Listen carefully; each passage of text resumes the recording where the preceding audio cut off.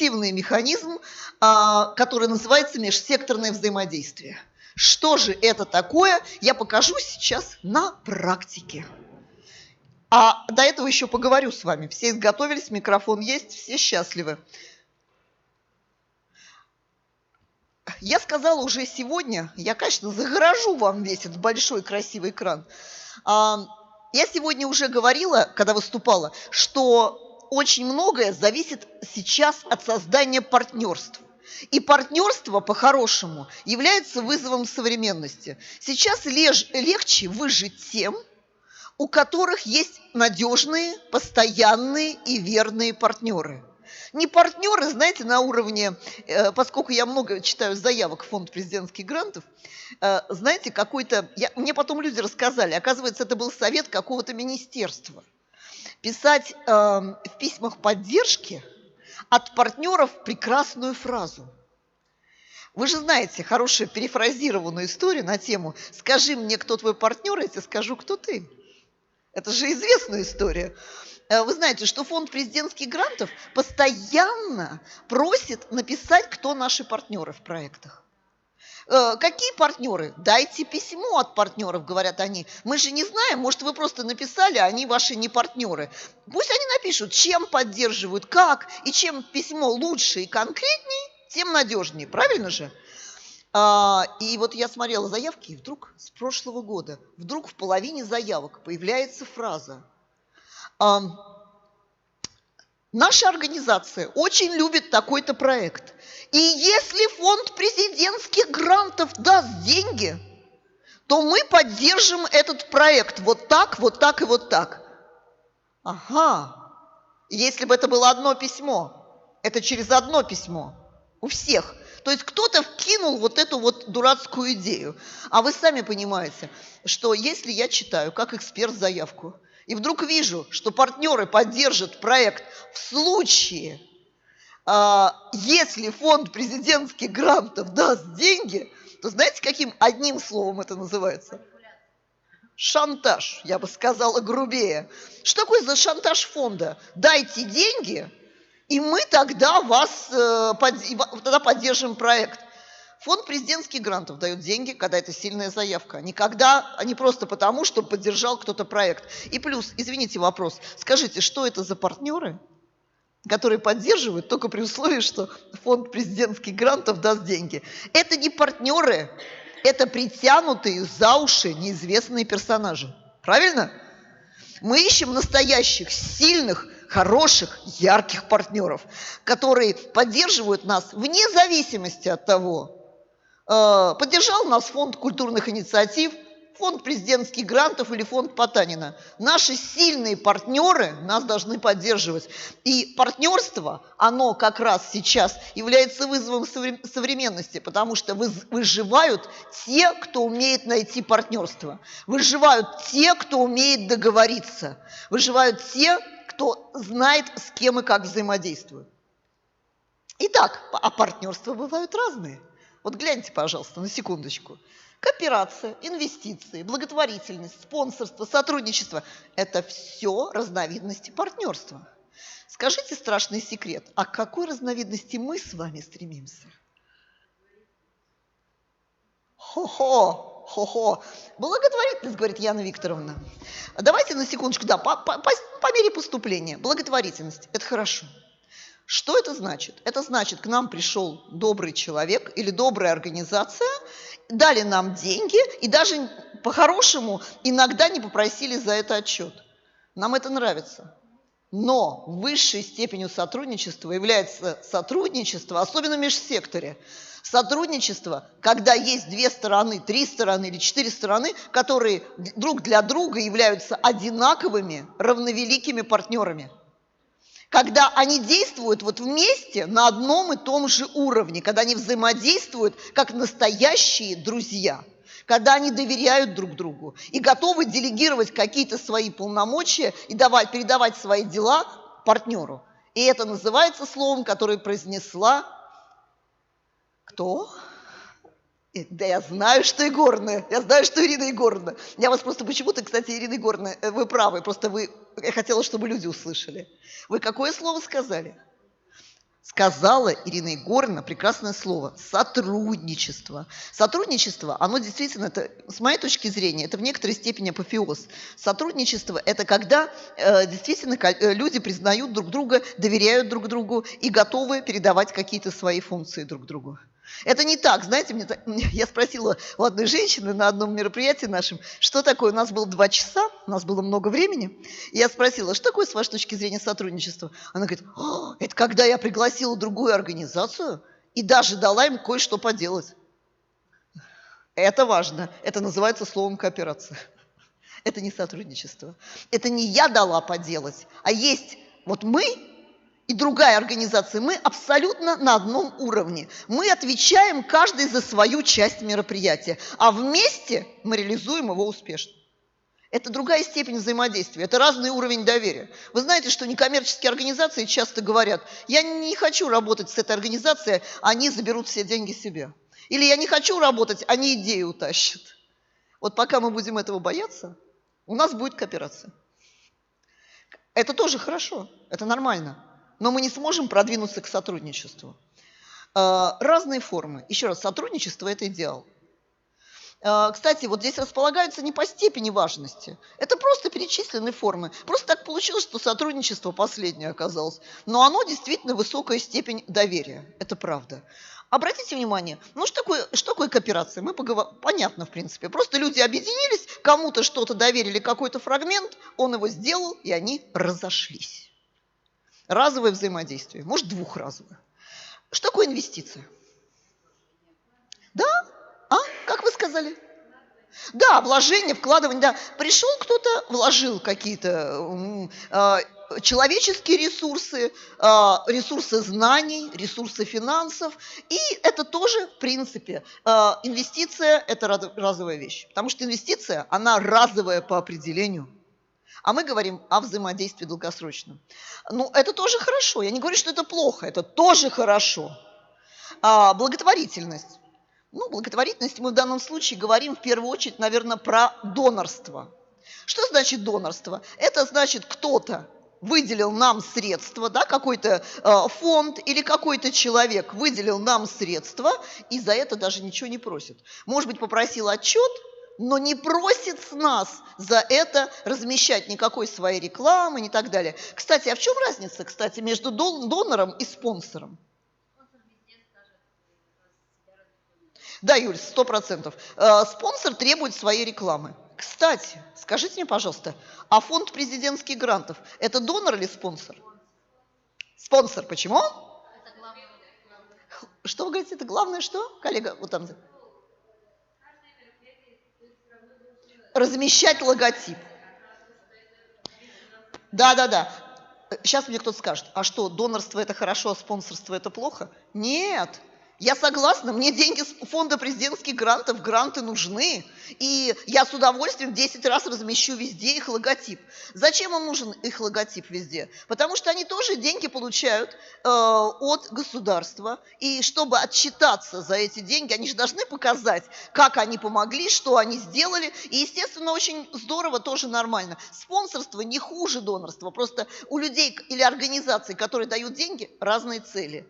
Если фонду президентских грантов надо везде рассказать о себе, чтобы им продолжало государство давать деньги, значит, они будут просить свою рекламу, и мы не возражаем. Они дают такие деньги, что я во всех местах нарисую, даже на ручке, если потребуется, их рекламу. Ради бога, это нормально, это деловой подход. Донорство отличается исключительно тем, что там не просят рекламы. Может быть, это более такой, как сказать, у нас всегда говорилось, более открытый, более такой доверительный подход. Но разные подходы, и мы уважаем любые. Кстати, донора найти сложнее, чем спонсора. Потому что у спонсора есть интерес, понятный. У донор должен так проникнуться вашей работой, чтобы в этом поучаствовать, и не попросить своей рекламы. Тоже тема. И мы понимаем, что можно разово покооперироваться, можно получить разовую инвестицию от кого-то, это как бы совместный проект. Можно можно найти донора, можно найти спонсора. Это все формы сотрудничества, это формы построения партнерств. Потому что донор, тот же самый, не будет помогать, если мы не будем с ним коммуницировать. Спонсор не будет помогать, если мы не будем делать ему отчеты, если мы не будем присылать ему фотографии. Кстати, у донора то же самое. Инвестицию тоже не просто получить, надо доказать свою самостоятельность. Кооперация – это тоже высокий уровень взаимодействия. Вы видите, это очень все важно и серьезно. Но я говорю именно о сотрудничестве. Если мы с кем-то построили, с какой-то организацией, это очень сложно. По-настоящему сотрудничество, значит, мы не зря поработали, и мы с этой организацией можем взаимодействовать на долгосрочной основе. А это самое главное, У вас есть опыт, вот как раз очень здорово. Сейчас, может быть, вот буквально на одну секундочку, я попрошу, вот скажите два слова о том, вот что значит, что микрофончик включите, Александр, только чтобы зеленая кнопочка. Ну, у нас проект, вот это реконструкция доставки срочной почты по Ямщицкому тракту. Это государевы ямщики, правда? Да, государевы ямщики, да.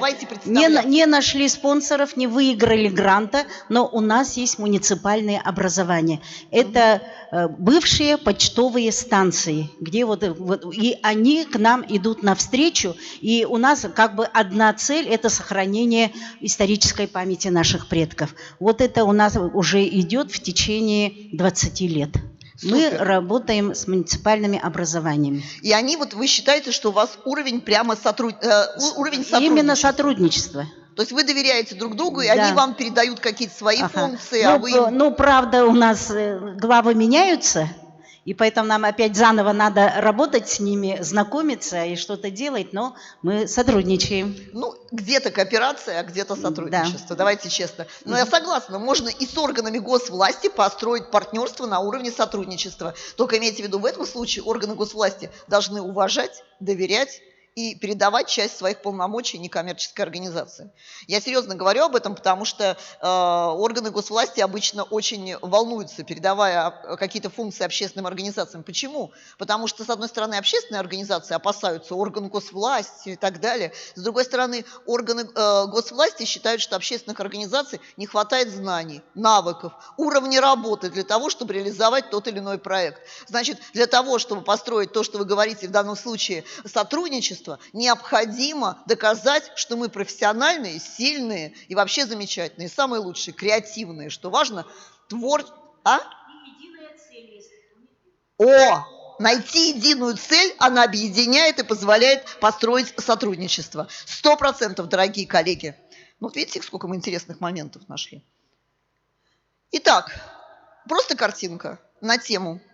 Есть 3 основных партнера в межсекторном взаимодействии: некоммерческая организация, бизнес, власть. Мы сегодня никак не сказали о бизнесе. А, кстати, про спонсорство и донорство – это бизнес очень часто. Но это очень важный участник. Я сейчас вам покажу примеры. Кстати, именно участие органы госвласти, конечно, очень много примеров вы можете привести. Скажите, а у кого-то присутствующих здесь есть взаимодействие с бизнесом? Когда бизнес вам помог в реализации. Пусть даже не сотрудник, не сотрудничество, но помощь. Да, у вас есть. Микрофончик возьмите, представьтесь только, пожалуйста, и скажите 2 слова. Здравствуйте, меня зовут Громова Ксения, являюсь председателем Алекминской ассамблеи. Мы буквально, в декабре месяце кинули клич, прежде чем по спонсорам, потому что мы решили у себя в районе открыть гражданско-патриотическую площадку для мальчиков, именно для мальчиков, так как у нас до этого был выигранный грант «Школа девочек», очень активно работает, и здесь мы решили акцент сделать на мальчиков. Именно там идет спортивная, военная подготовка и так далее, именно для мальчишек. По гранту у нас не прошло, заявка наша не прошла. И мы решили отработать со спонсорами. Мы вышли на местных предпринимателей, написали письма, описали полностью проект, что мы именно хотим, какая наша будет достигнута цель. Мы сделали также акцент, и главной этой составляющей данной площадки является именно работа с мальчишками, у кого, к сожалению, пап либо братьев забрали сейчас на время военной специальной операции. И предприниматели нас полностью поддержали 100%, а весь приобретенный спорт-инвентарь – это именно на деньги предпринимателей. Абсолютно. Но с нашей стороны было то, что мы также отработали с районным детским центром. На их базе наша ассамблея открыла именно гражданско-патриотическую площадку для мальчиков. Очень здорово. Спасибо, Ксения, большое. Очень интересный пример, кстати. Обратите, пожалуйста, внимание. Кстати, у меня по результатам возник вопрос. Скажите, пожалуйста, а когда бизнес участвует в проекте? Какие условия участия бизнеса? Что бизнесу необходимо, чтобы вовлечься в тот или иной проект? Органу госвласти понятно, когда мы можем эффективно выполнять их функции и реализовывать какие-то поставленные задачи, да? А вот бизнесу что интересно? Бизнес иногда занимается благотворительностью. Это бизнес был, собственно, да, живой. Инвестициями, ну и получается развитие инфраструктуры. Когда получается развивать какие-то бизнес-направления, да, благодаря, да, проекту. Ну, допустим, если брать, опять же, взаимодействие НКО, власти и бизнеса, допустим, можно привести пример, это проведение Дня Иванки, ежегодного событийного мероприятия. Угу. Мы, как, допустим, общество ямщиков являемся НКО, власть — это муниципальное образование, которое нас поддерживает, и бизнес, который там в Иванке работает, туристический. То есть приезжают туристы, бизнес, получается, принимает своих гостей, НКО проводит мероприятия, показывает, получается, ямщицкую культуру, и власть это поддерживает, тоже развивая, допустим, нашу деревню. То есть вот это взаимодействие у нас в одном месте, оно происходит. Александр, только представьте, пожалуйста, микрофон, вдруг в онлайне кто-то хочет узнать, кто вы такой. Меня зовут Ариносов Александр, я являюсь тоже членом ямщицкой организации «Потомки государственных ямщиков», и также занимаюсь бизнесом вот в Иванке, туристическим. Очень здорово. Спасибо, Александр. Это прямо сейчас прекрасно. Я даже не ожидал такие вот интересные примеры услышать. Кто-то хотел еще добавить, кто-то начал говорить параллельно с... Да, дайте, Каль. А вы представьтесь, скажите, кто вы? Вы тоже в государственных ямщиках или нет? Ну-ка скажите. Я являюсь директором Музея музыки и фольклора народов Якутии. А как вас зовут? Мария Ильинична Корнилова. Очень приятно. Ага, очень приятно тоже с вами познакомиться. В этом году мы через наше НКО, Фонд сохранения культурного наследия народов Якутии, выиграли грант. У нас грант фонда, президентский фонд культурных инициатив.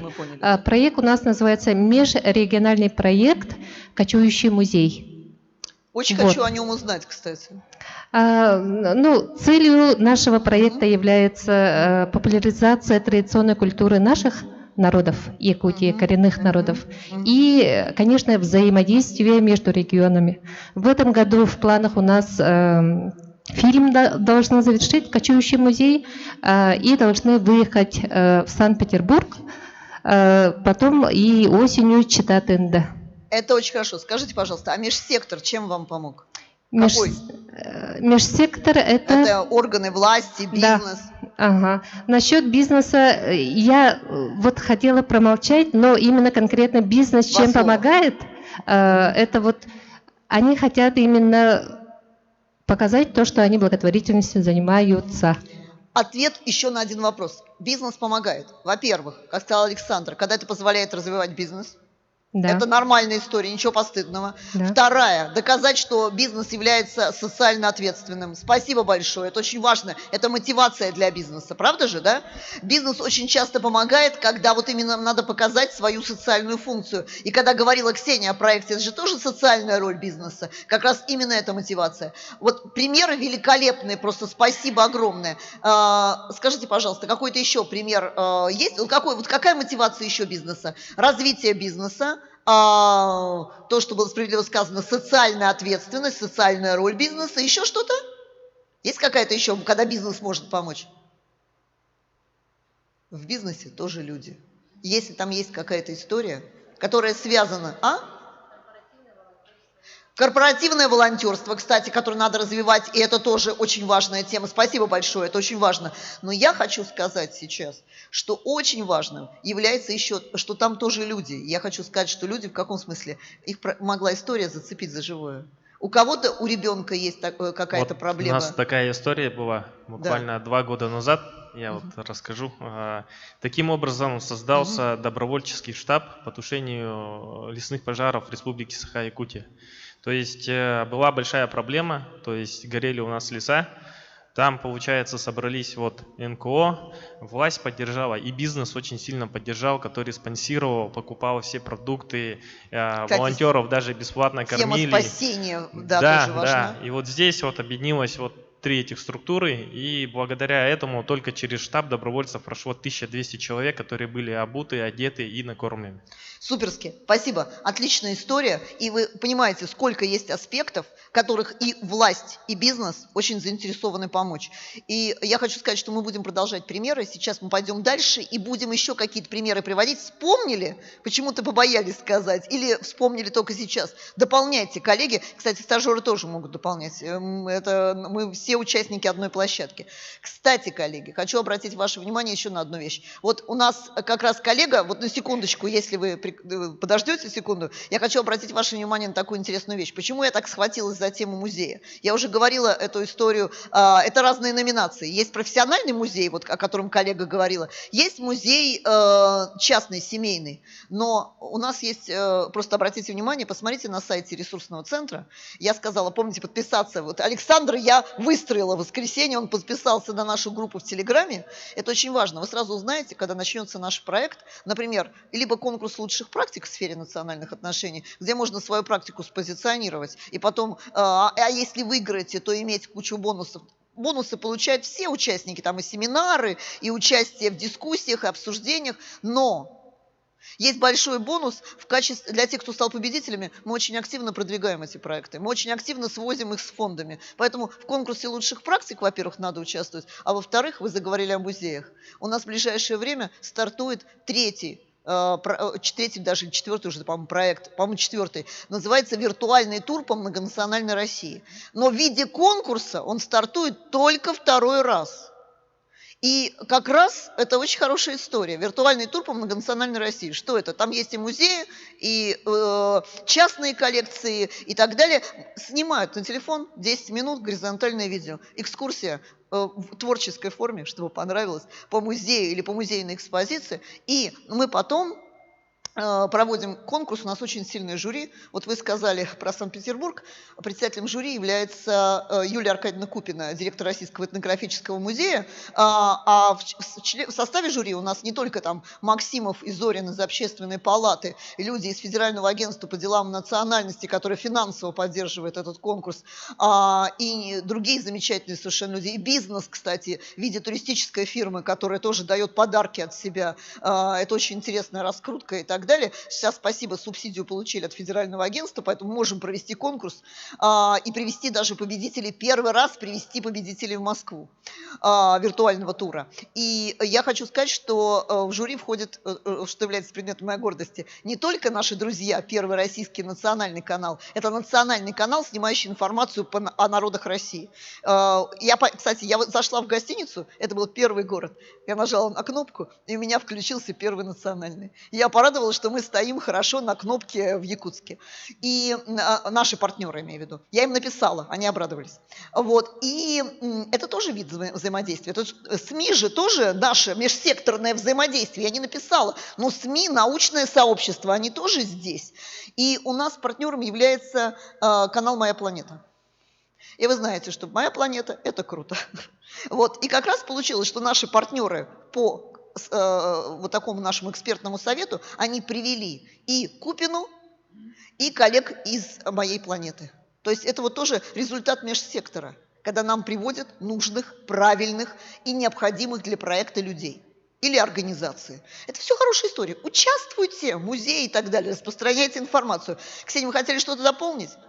Дополните несколько слов. Я очень быстро. У меня абсолютно есть дополнение, вот, потому что вы сказали по музеям, да, виртуальным. Да. Дело в том, что у нас первый, который грант мы выиграли, фонд президентских грантов, мы выиграли виртуальный музей «Алекма многонациональная». У нас мы выиграли большую интерактивную доску, и там загрузили виртуальный музей.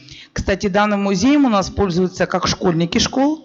Доска стоит в самом музее земледелия в Алекминском районе, но там именно загружена информация по всем национальностям, проживающим в Алекминском районе. И мы бы очень хотели тоже к вам как-то вот подавайтесь, просочиться, чтобы... У вас 2 конкурса. Конкурс лучших практик и виртуальный тур. Очень хорошо. Просачивайтесь, пожалуйста. Отличная история. Мы, видите, уже кооперироваться начинаем. Все отлично, процесс идет правильно. Вспомнили что-то, дополнили. Прямо обязательно. Кстати, у нас здесь одно историческое лицо зашло, но не могу не сказать. смотрю, вот человек заходит, я думаю, боже, когда-то мы делали проект «Лица России». Делали проект? Не помните? Это значит,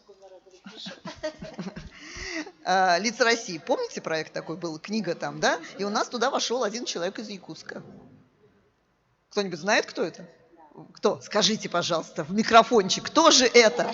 Это Борис Исмаилович Гумараглы, председатель цыганской диаспоры города Якутска. И он, более того, он представлял цыган России. Это же круто. Это самый главный кузнец. Да, вот это здорово. Все, коллеги, давайте, продолжим немножко нашу историю. Я очень рада, я когда вижу, я знаю, что я в Якутске, знаете, как хорошо приезжать куда-то и понимать, что ты многих знаешь. Это же здорово. Тут я добавлю вот одну, да? Одну фразу. Про власть я сказала, да, что это муниципальное образование. Ну и бизнес тоже, это потомки ямщиков, которые занимаются бизнесом. Тоже поддерживает вот нашу организацию. Живой Александр, пример. Да, живой Александр, там еще есть Соколов Владимир Накентьевич, там много. Здорово. Но тоже здорово. Вот именно выходцы из ямщицких Да, семей. то, что я увидела в это воскресенье в Виланке, меня очень впечатлило. Почему я и стала говорить, участвуйте, говорите о себе, а вас не знают, ребята. А это привлечет к вам еще и поток заинтересованных туристов, когда везде будет расшарена информация дополнительно.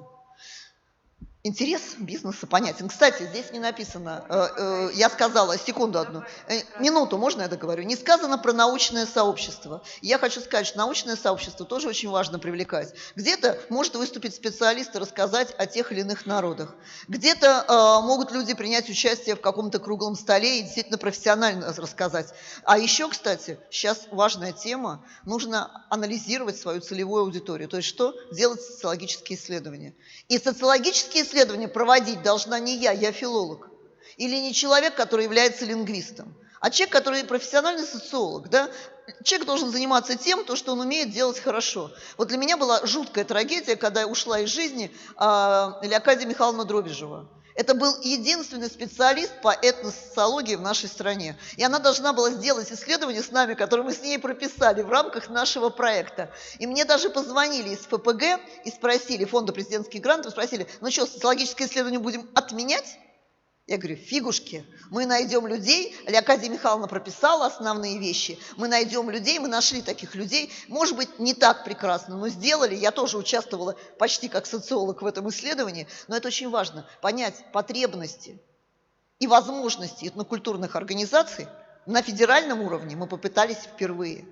Почему Леокадия Михайловна была так заражена этой идеей? Она очень хотела, но, к сожалению, ковид ее не стало, и вот такая важная тема. Поэтому надо любить и, главное, беречь здоровье нашего научного сообщества. Это важно. Вы хотели дополнить? Да, я хотела несколько слов сказать о вот соединении бизнеса как раз власти и НКО. Меня зовут Ольга Дмитриевна Ларькова. Я зампредседателя русской общины. И также у меня свое предприятие, детский центр, семейный досуговый. Центр «Золотой улей» называется. Вот. С 2019 года по городу мы отработали с 30 детьми. 38 человек было у нас, детей, волонтеров. Вот. И нынче вот я вот смотрю вот на выводы и делаю для себя тоже такие выводы. В этом году мы тоже отработали 20 волонтеров у нас было.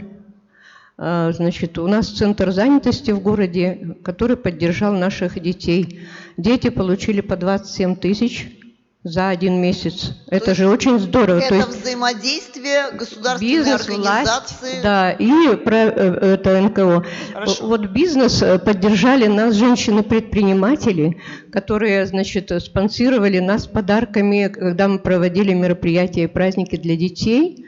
Ездили в детские дома, и вот я смотрю и делаю выводы, что оказывается все правильно, и на правильном мы пути. Спасибо. Супер, спасибо, вы сказали такие прекрасные слова, спасибо огромное, прямо огромное спасибо. Немножко пойдем дальше, и можно будет дальше говорить еще, мы все поговорим. Что нам, какие нам ресурсы дополнительные, просто примеров несколько, привлекает именно межсекторное взаимодействие? Что это позволяет нам дополнительно привлечь? Конечно, деньги. Но это вопросов нет. Это все понимают. Административный ресурс – это что такое? Управленческий, конечно. То есть органы госвласти. Мы понимаем, что участие органов госвласти что дает? Это деньги, возможно. Это, возможно, деньги, а возможно, нет. Возможно, просто материальная поддержка, дали бесплатное помещение. Что еще могло? Пришел какой-то крупный чиновник, мы знаем, что можно уже не нанимать охранную фирму, потому что охранят мероприятия без нашей специальной просьбы. Это, кстати, тоже важно очень. Региональные СМИ заинтересуются, если пришел серьезный чиновник, да, в большей степени. Может, и так заинтересуются, но это повысит интерес. Кстати говоря, это статус повышает в целом при отчетности, что к нам обращаются. Вы знаете, вот, например, знаете, что мне очень нравится в проектах «Этник», вот в частности, да не только в «Этнике», в виртуальном туре и так далее. Это есть у нас в проектах, мы культивируем эту историю. Мы в регионы, когда приезжаем с какими-то нашими проектами, мы 100% договариваемся заранее, что мы не просим у фонда президентских грантов 100% финансирования. ФПГ это, кстати, очень нравится, продаю секрет. Когда есть софинансирование в виде участия регионов. И в вашем случае, может, участие тех или иных мест или тех или иных органов власти. Это очень важно, потому что, например, мы не запрашивали деньги на транспорт. Мы не запрашивали деньги на еду. Мы запрашивали деньги на приезд людей. Мы запрашивали деньги на проживание, на питание нет, на проживание, на дорогу и на размещение. Вот проживание я сказала. Возмещение проезда. Да, то есть, понимаете, мы запросили деньги на вполне понятные вещи. Вот, но при этом мы понимаем, что добавление вот такое в виде, оно, как бы сказать, от региона, это важное, серьезное софинансирование. Это гарантия того, что региону это нужно. Потому что регион не будет поддерживать то, что не нужно региону. Вот это хорошая история про межсекторное взаимодействие. Дальше. Знания и навыки. Конечно, межсекторное взаимодействие дает знания и навыки. Потому что мы всегда от партнеров чему-то учимся, они нам что-то рассказывают, это очень полезная вещь. Дальше. Методические материалы могут нам передать наши партнеры. Тоже хорошо. Конечно, благодаря этому межсектору мы получаем, о чем говорили коллеги, волонтеров. Мы получаем дополнительных людей в команду, то есть люди. Это, конечно, ресурс мощнейший. Дальше. Благодаря межсектору мы получаем новые партнеров и партнерские организации. И благодаря межсектору мы получаем новые контакты. Помощь, кстати, может быть, партнеров, она может быть просто не финансовая, а материальная, то или иное. Опять же, представление, помещение, там что-то еще и так далее. То есть ресурсов очень много. Я здесь написала только некоторые. Скажите парочку, которых я забыла. Я же осознанно забыла пару ресурсов. Так, скажите это в микрофон. Целевую аудиторию новую в проект. Вот наш стажер Юля говорит, что нужно новую целевую аудиторию, это к людям, да, добавить целевую аудиторию в проект, партнерство позволяет это сделать. Хорошо, еще. Я не написала здесь важнейшие ресурсы. Напомните, какие вот здесь не указаны. Я о них говорила, но не написала, я коварная. Вот вы помните, плюшка лежит на столе у меня. Соратников добавляет. Но это команда, которая уже потом перерастает. Это мы написали. Это я написала честно. Чего не хватает? Партнерство. Ну, партнерство здесь есть. То есть, кто сказал про СМИ? Спасибо вам большое. Средства массовой, конечно, средства массовой информации – это тоже мощнейший ресурс. Вовлечение бизнеса, да, ресурс мощный, но вот средства массовой информации, без них вообще никуда. Без бизнеса иногда с грантами выезжаем, хотя плохо тоже. А вот без СМИ не выйдем никуда вообще, информационного ресурса. Еще какой-нибудь ресурс хотите добавить? Реклама. Обязательно, да, конечно. Научное обоснование наших подходов за счет вовлечения научного сообщества. Персонально спасибо. Так. Что еще? Реклама. Спасибо, Александр. Ясно, где человек работает, у человека бизнес-подход. Спасибо огромное. Что-то еще хотите добавить? Социальные, да. Активность повышаем в социальных сетях. Кстати, между прочим, благодаря партнерству можно получить и межсекторному взаимодействию. Вот я говорила, нематериальные вещи, вот типа помещения, там машины где-то, когда нужно еще чего-то. То есть, конечно, мы не купим их, но мы их можем получить в использовании. А вы знаете, все время забывают про один еще ресурс, который, кстати, нам помогает получить межсектор. Вот представьте, мы договорились с научным сообществом, со средствами массовой информации, с бизнесом, со всеми договорились. И проводим мероприятие. Пришли мы на мероприятие. И вдруг вот несколько организаций проводят, там кто-то из бизнеса, кто-то из некоммерческого сектора, и мы видим, что они между собой выясняют отношения постоянно. Почему там нет средств массовой информации? Ну-ка, пойдите, отведите туда. Или, например, там, вы не выполнили вашу часть работы. И все это бывает. Это делается при людях, при участниках. Когда вот партнеры начинают выяснять отношения, когда они начинают при тех, кто пришел на мероприятие, когда вот именно, сказать, что-то высказывать претензии друг к другу. И в этой ситуации мы понимаем, что это не межсекторное взаимодействие. Это люди разово договорились, но взаимосвязь у них не простроена. Есть такой мощнейший ресурс, он называется ЧО. Слышали про него? ЧО. ЧО. Знаете, что это? Человеческие отношения. Когда я приду на какое-то мероприятие или куда-то, если хорошая атмосфера. Вот я, например, как сказать, очень чувствую атмосферу в организации, очень вижу, как люди общаются между собой. И если плохо, я не пойду больше. И вот очень важно, что в межсекторном взаимодействии не может быть так, что люди кричат друг на друга, что люди предъявляют претензии публично. Они могут порвать друг друга на части, когда останутся друг с другом. Пусть делают, что хотят, и выясняют свои отношения. И говорят, вот ты не прав, ты не сделал. Выяснили отношения, пошли работать дальше. Но никогда при тех, кто пришел. То есть это очень важный момент. Человеческое отношение, атмосфера – это тоже важнейший ресурс и в межсекторном взаимодействии. Если органы госвласти все время ругают общественную организацию, они не партнеры. Это разовый заказ. И все. Исполнитель какой-то бегает, плохо работает. Если они между собой так договорились хорошо, то это паритетные отношения, и это хорошие человеческие отношения между участниками процесса. Согласны? И еще кучу можно перечислять различных ресурсов. Это очень важно. Я вас уговорила, что межсектор – это важно? Да. Суперски. Особенно я уговорила стажеров. И это важная история. Но главное, чтобы я уговорила всех. А вот теперь я слежу за собой. Скажите, коллеги, у нас просто не так много времени, мы много успели поговорить, но я хочу привести вам несколько примеров. Еще, помимо ваших примеров, просто несколько. Вы знаете эту историю? Я ее все время рассказываю. Кто-нибудь ее знает?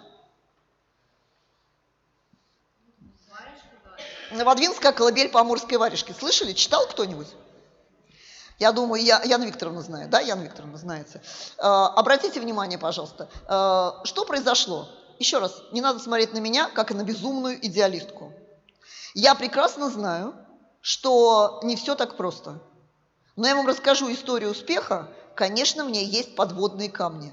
Но я не могу сейчас рассказывать обо всех подводных камнях. Я расскажу о правильной, хорошей истории успеха. Посмотрите, пожалуйста. Значит, что происходит на первой фотографии? Помимо того, что я, наконец, заполучила поморские варежки.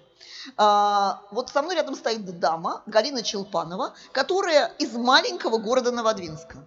Это Архангельская область. 30-40 минут езды от центра Архангельска. Проблема города главная. Город был построен в 20-е годы 20 века. Значит, ни одного исторического места. Это значит, что единственный градообразующий комбинат – это целлюлозо-бумажный комбинат. Ничего не придумаешь. Белого моря нет, Белое море еще ехать и ехать. Северная Двина у них не протекает.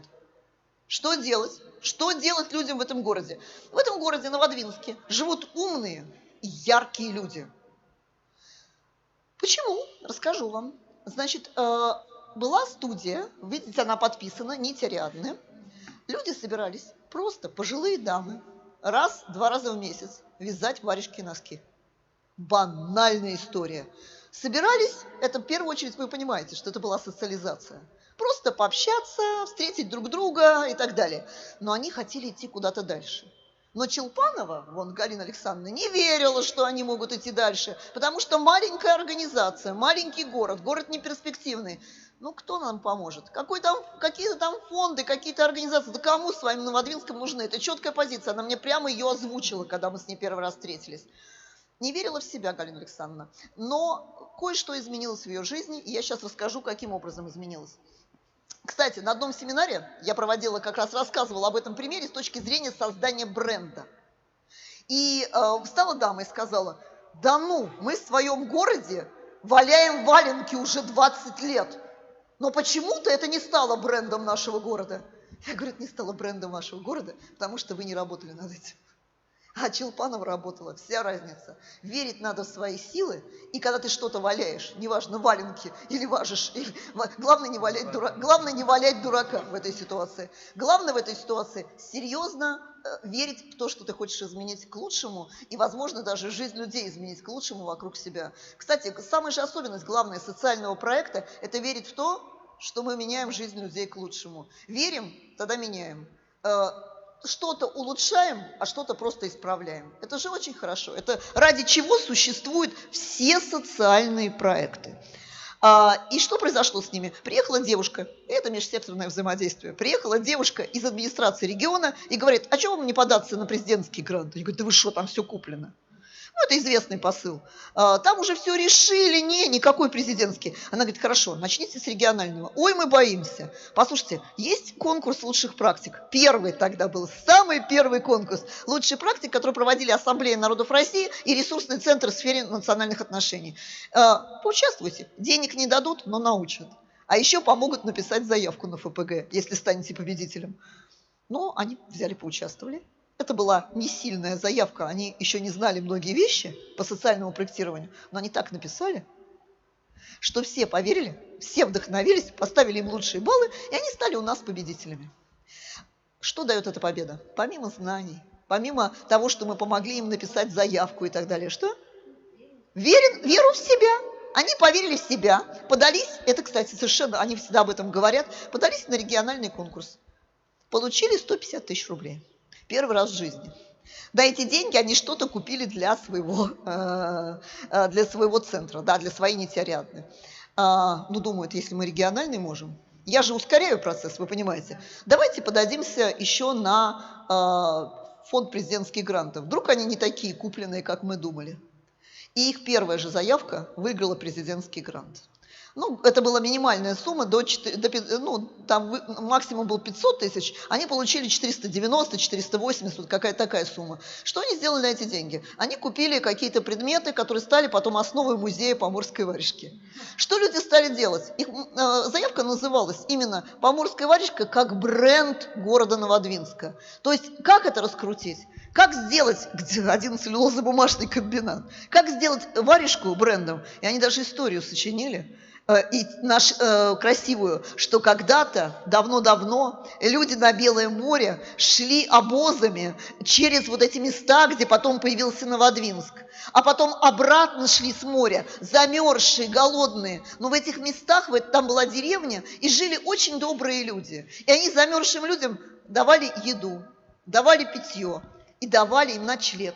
А еще давали варежки, чтобы у них не мерзли руки, и таким образом дарили им тепло своих сердец. И вот в бренде что главное? Нужно легенду либо привести, в случае, когда историческое место, там реальную легенду, а где нет реальной, можно сочинить легенду, и таких очень много случаев. Но в этой легенде обязательно должен быть идеологический мотив. Этот предмет должен помогать людям. Согревать, дарить добро. И они рассказали очень много о традиции вообще, внесли вязание варежек. Они же все были с поморским, я забыла сказать главное, почему-то варежка как бренд, потому что с поморским орнаментом. Есть прекрасные поморские орнаменты, их много, они красивые. И они вот эти орнаменты внесли в варежку. Представляете себе? И вот эта красивая история. Получили президентский грант, обрадовались. И пошла история дальше. Они выиграли один грант, подались на второй уже, побольше, выиграли второй грант. И знаете, что они сделали? Они создали музей в Новодвинске Поморской варежки. Им отдали, межсекторное взаимодействие, администрация города по просьбе администрации региона отдала им детский сад, первый этаж. Старое здание детского сада. И они на первом этаже сделали, в одной комнате у них свое помещение, а во второй комнате музей Поморской варежки. Красивая история, прелесть. Сделали, как только пошла эта история, пошла шумиха, они начали на все мероприятия выносить, они связали варежку большую в 2 роста, еще что-то сделали и стали во время праздников расставлять это по городу. И что появилось? Появился, да, лицо, да? Вот, этнотуристический маршрут. Пусть самый маленький, банальный, но появился этнотуристический маршрут. Потому что развитие бренда всегда ведет к созданию этнотуристического маршрута. А в Якутии это делается в 3 минуты. Потому что бренд, например, государевых ямщиков, это очень дорогого стоит. Это очень серьезная история. Вот. Ясно, как это идет процесс? Все понятно. И тут региональные власти в процессе. Местные стали им помогать, власти тоже. Это, кстати, тот случай, когда общественная организация развела активность местных органов власти и спровоцировала их на подачу заявки на Федеральное агентство по делам национальности на конкурс «Лучшая муниципальная практика». Потому что на него общественники-то не могут подаваться, или государственные бюджетные, подаваться могут только муниципалитеты. И они послушали, вошли вовнутрь этого дела. Там была очень прекрасная дама, сейчас она, к сожалению, уже не работает в муниципалитете, но она очень прониклась, стала им помогать, и они подались на лучшую муниципальную практику. Это был первый конкурс тоже, как нам на первый, так и туда на первый. Но там были деньги, только для первых 3 мест. Сейчас их первых 5 мест, и там другие деньги. А тогда были первые 3 места, и они получили максимальный размер, они получили 1 место. А вот теперь все спокойно выдохнули. Я не знаю, какой годовой бюджет у города Новодвинска, но у ФАДНа они выиграли 75 миллионов. После чего дня 3 они не отвечали на телефонные звонки, потому что они так переваривали эту ситуацию. Вот. Это красивая история. Конечно, не все просто. Сразу быстренько часть денег ухитрились запустить на покрытие дефицита бюджета. Но мы бегаем все и отслеживаем, чтобы как можно не все ушло на дефицит бюджета, но им уже сейчас отреставрировано здание, и делать надо сейчас, вот они нашли деньги на ремонт внутри, это, по-моему, 4- или 5-этажное здание, оно будет называться «Центр общественных инициатив», где 1-й этаж полностью идет под музей Поморской варежки. Ну, красивая же история. Конечно, с муниципалитетом нужно... О, спасибо! Я им передам ваши аплодисменты. С муниципалитетом, конечно, надо работать серьезно. Надо отслеживать, чтобы все не уходило на дефицит бюджета. Но вот они, в частности, используют меня. Когда я приезжаю в Архангельск, они тянут меня в Новодвинск, высылают мне либо мэра, либо зама по социальной работе. И я очередной раз говорю, ну, когда я приеду на открытие Центра общественных инициатив? Это, кстати, правильное использование партнерств. А они говорят, Евгения Абрамовна, вы приглашены. В конце года мы открываем. Пусть попробуют не открыть, я спрошу еще раз. Это вот правильно простроенная работа, это очень хорошо. Значит, и сразу появился бизнес. Правда, с бизнесом идет хуже всех. Парень никак не определится, что ему надо. Но он пришел и сказал, послушайте, у вас такая красивая в избе, я их переселю. А в избе сделаем маленький ресторанчик и музей, ресторанчик аутентичной кухни и музей продажу Поморской варежки. Была коммерческая составляющая такая. Красиво. Никак не могут добить уже 2 года. Но сейчас пришел партнер по бизнесу, и он, похоже, более мотивированный, и мы очень рассчитываем, что вот именно взаимодействие с бизнесом тоже раскрутится. Но оно уже есть, просто на небольшом уровне. Конечно же, целлюлозно-бумажный комбинат, как только услышал, что есть история успеха, они позвонили Челпановой по телефону и сказали, ну, у нас небольшие гранты, там, 100-150 тысяч. Приходите, пожалуйста, мы вам дадим. До этого, вы думаете, они думали когда-нибудь про нить Ариадны? Успех притягивает успех. Люди хотят приложиться к успеху и к своей истории добавить вот эти бонусы успешные. В этом именно секрет межсекторного взаимодействия. Почитайте в интернете дофига. Читайте. И коротко, поскольку еще один проект не могу не рассказать. Вот не расскажу про проект ресурсного центра, расскажу про этот проект. Это как раз вот Александру я рассказывала уже. Это проект в Саратовской губернии, называется «Этноотпуск на 2 дня». Очень красивая история. В интернете тоже много всего. Вот посмотрите внимательно на текст, можно я не буду читать?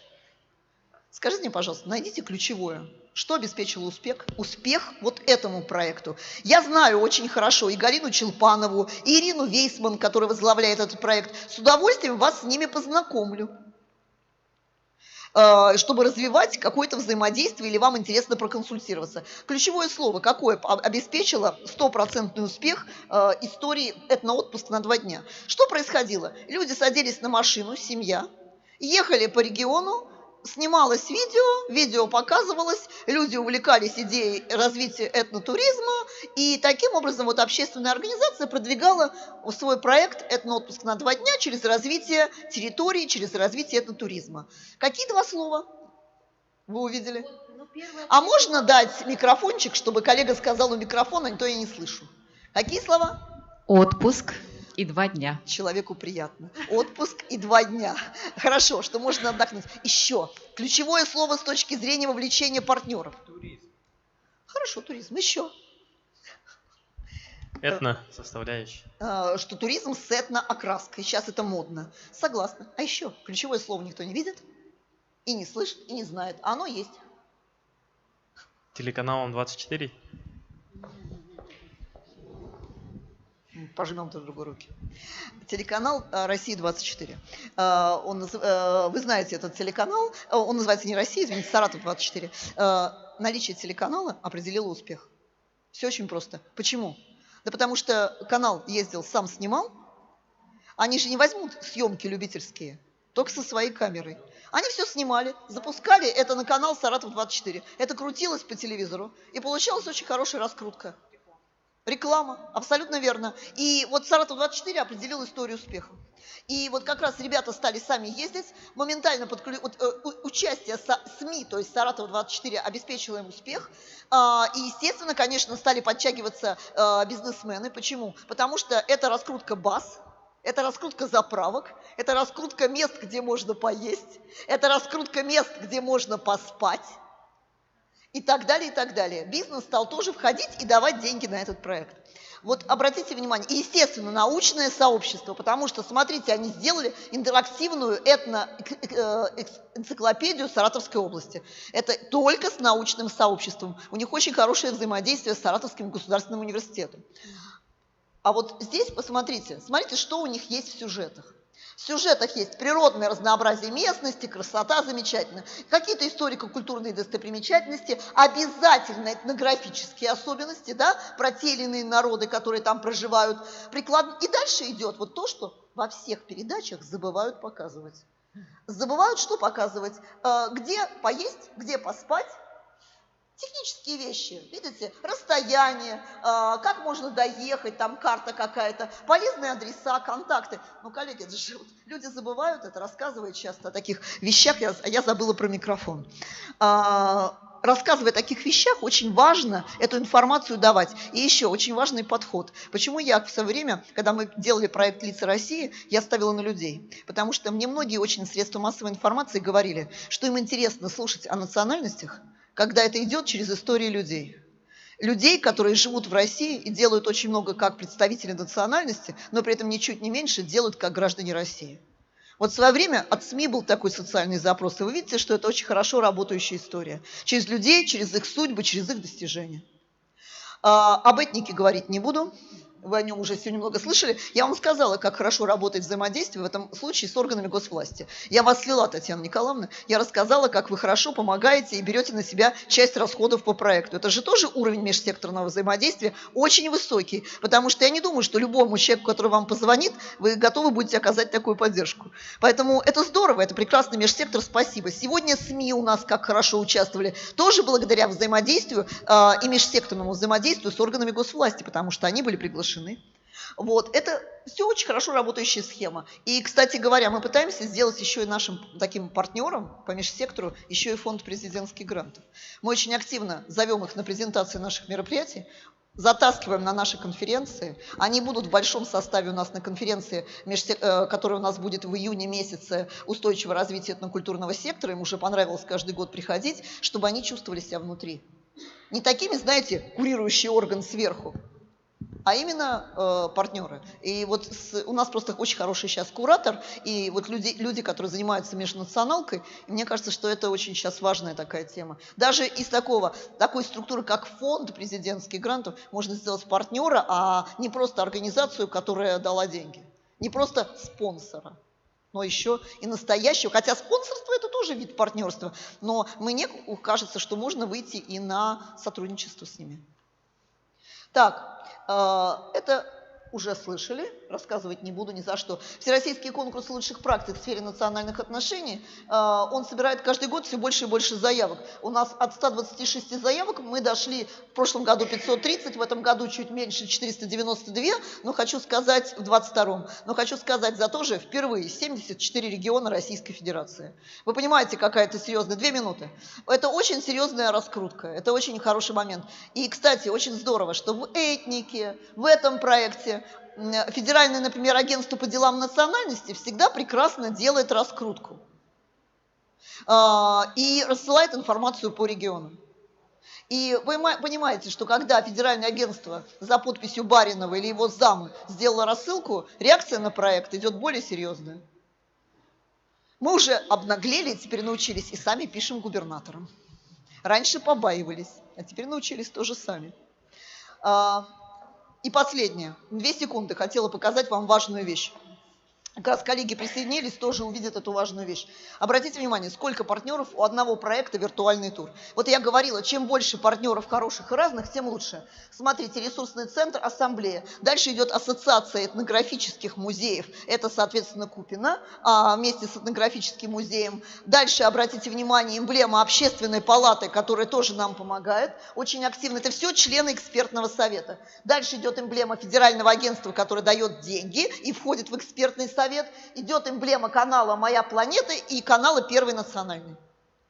Видите, сколько партнеров? И еще, коллеги, вот бизнес, например, фирма, в этом году попросила не ставить их эмблему. Вот я сейчас работаю над тем, что в 2023 году на конкурсе была еще эмблема бывшей фирмы, знаете, туристическая, естественно, Ту и Тур. Они сейчас называются по-другому, но это именно как бы вход бизнеса в эту тематику, в межсектор. Это очень хорошо. Вот то, что я вам сегодня рекламировала. Видеоролики музейные. Вот. Потом как-нибудь расскажу, как все это получилось, как... Мы, кстати говоря, в рамках конкурса будем читать лекции о том, как делаются видеоролики, как снимаются сюжеты и так далее, и так далее. Медиаобразовательный блог-тур – это привлечение молодежи в языковую тему. Кстати, все любители языковой темы, имейте в виду, у нас скоро стартует еще... Я знаю, что Якутия очень любит языковую тему. Обратите внимание, что у нас стартует скоро проект «В гостях у носителя языка». Это когда молодые люди, мы отбираем несколько человек и едем с ними в тот или иной регион. Это молодые люди, которые пишут на родных языках, ведут блоги или ведут странички на родных языках. И мы едем в тот или иной регион, и в этом регионе изучаем практику сохранения языка. Например, в Мордовии мы изучали, как сохраняются эрзианские и макшанские языки. А, например, в Удмуртии, как удмуртский и бессермянский язык. В этом году будет поездка в республику Коми. Проект тоже скоро стартует. Почему я говорила? Записывайтесь на телеграм-канал, все будете знать. И здесь тоже важно партнерство, что органы госвласти у нас очень много берут на себя. Берут наши партнерские организации в регионах, и научное сообщество, конечно, тоже подключается. Ну вот можно посмотреть, какие прекрасные лица и какие прекрасные встречи. Это Мордовия.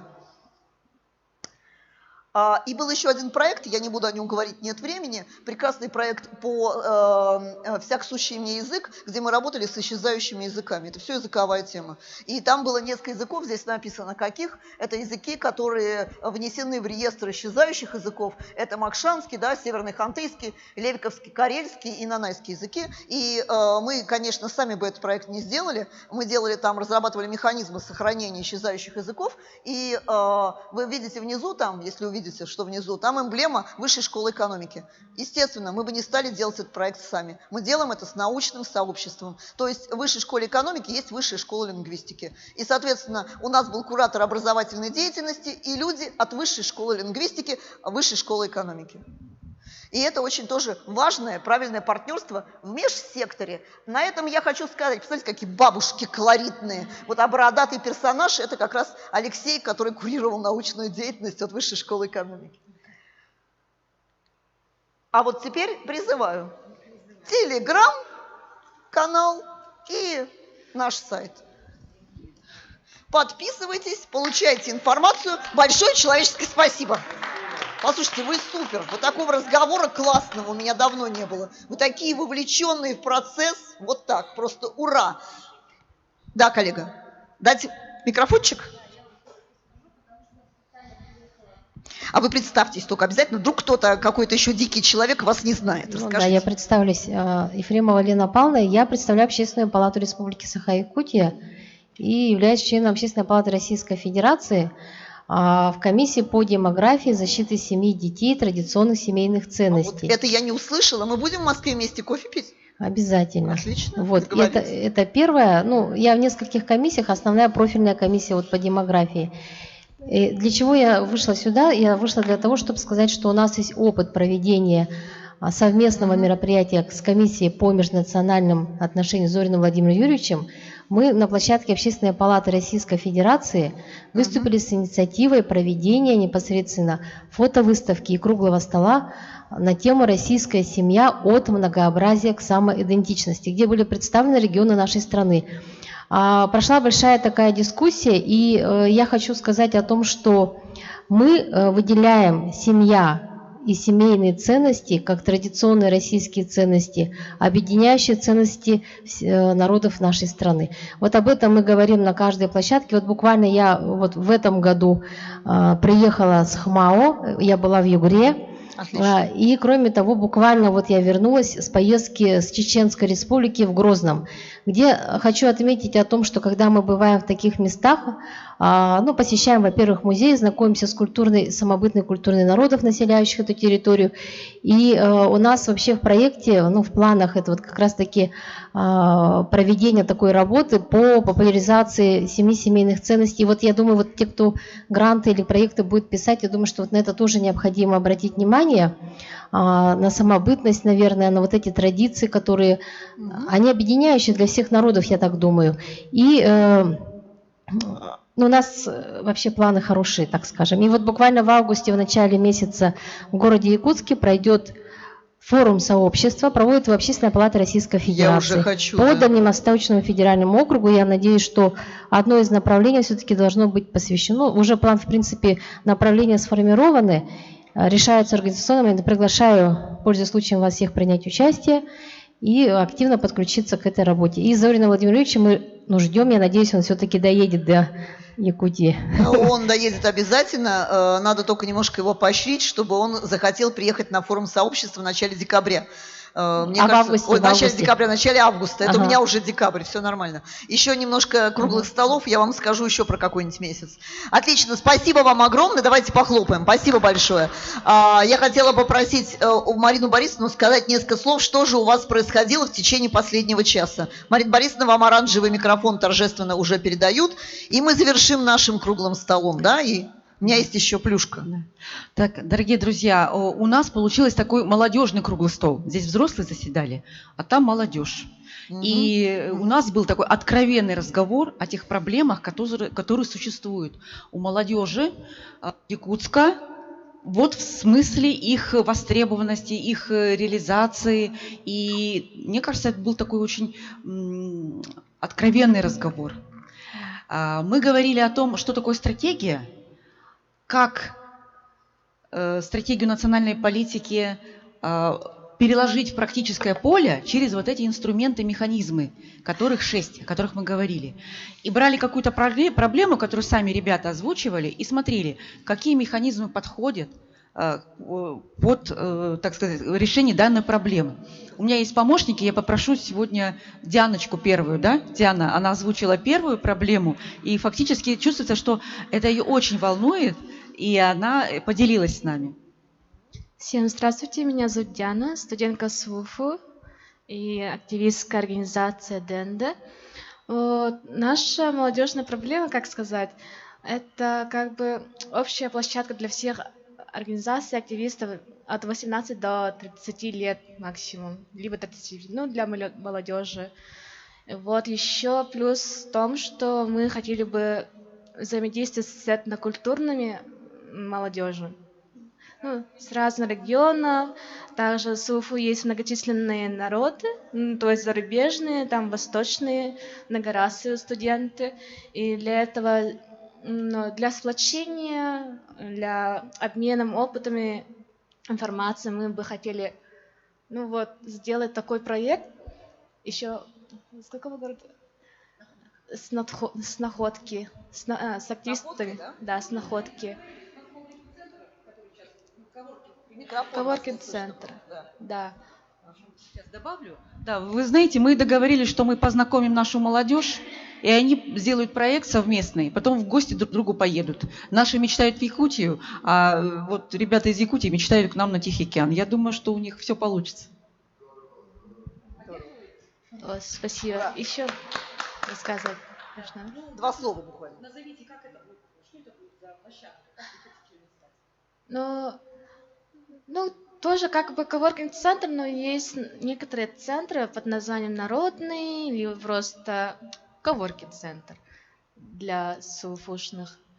И мы бы хотели там сделать чуть-чуть большое помещение, просторное, чтобы там мы могли бы реализовать свои идеи, планы для дальнейших развитий. И еще я поволновалась и чуть забыла. Не просто говорить первый раз, да, вот на аудиторию? Да. Еще вот такое на конференции у меня впервые. И можно одну девушку на помощь? Нужна группа поддержки. Это та девушка, которая спряталась? Да, спряталась.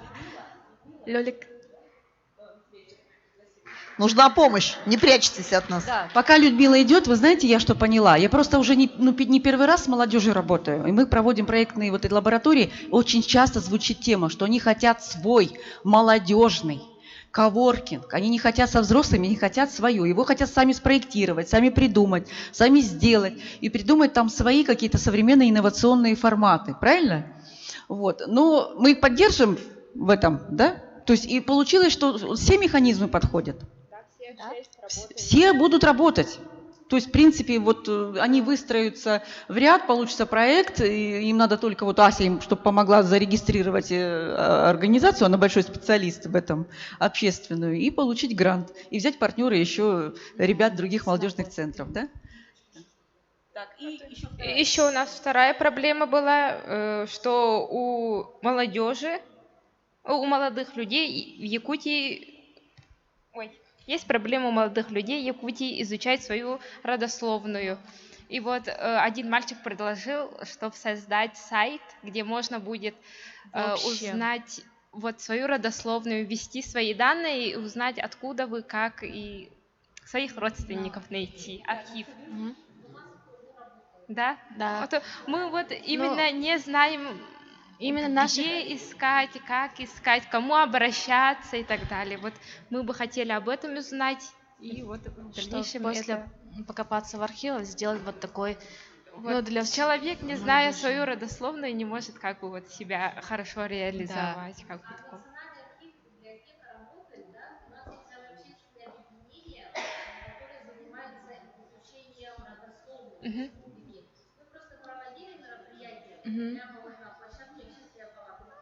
А вот где узнать можно данные? Данные, где можно определить?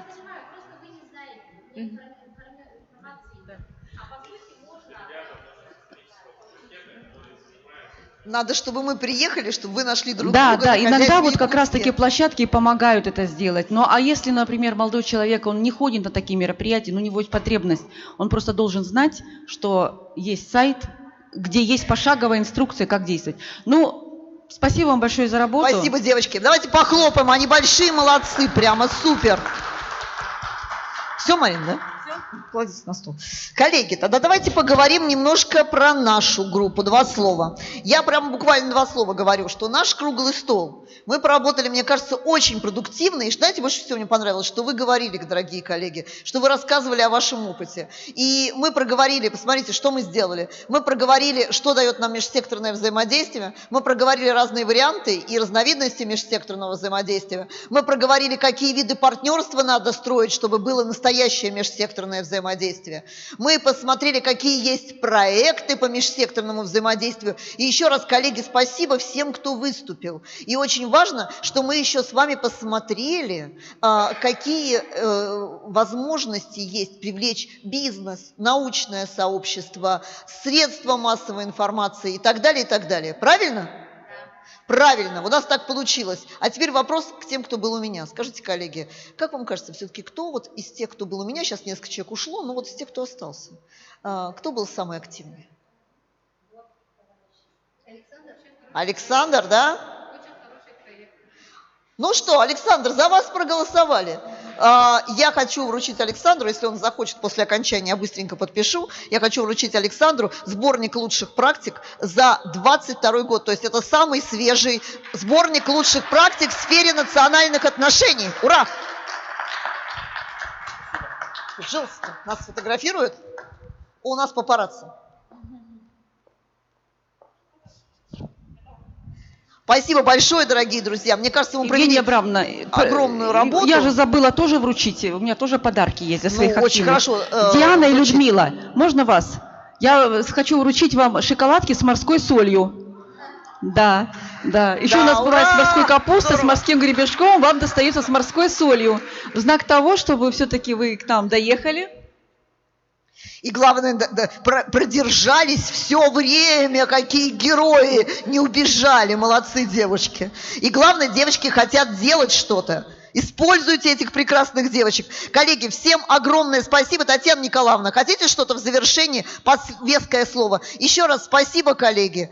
Я получила сегодня, хочу сказать, гигантское удовольствие от ваших не только даже примеров, которые вы привели, но от ваших потрясающих, добрых, открытых и настроенных на взаимодействие лиц. Спасибо вам. Я, как всегда, люблю Якутию, но я уже люблю наших стажеров из Новосибирской и Иркутской области.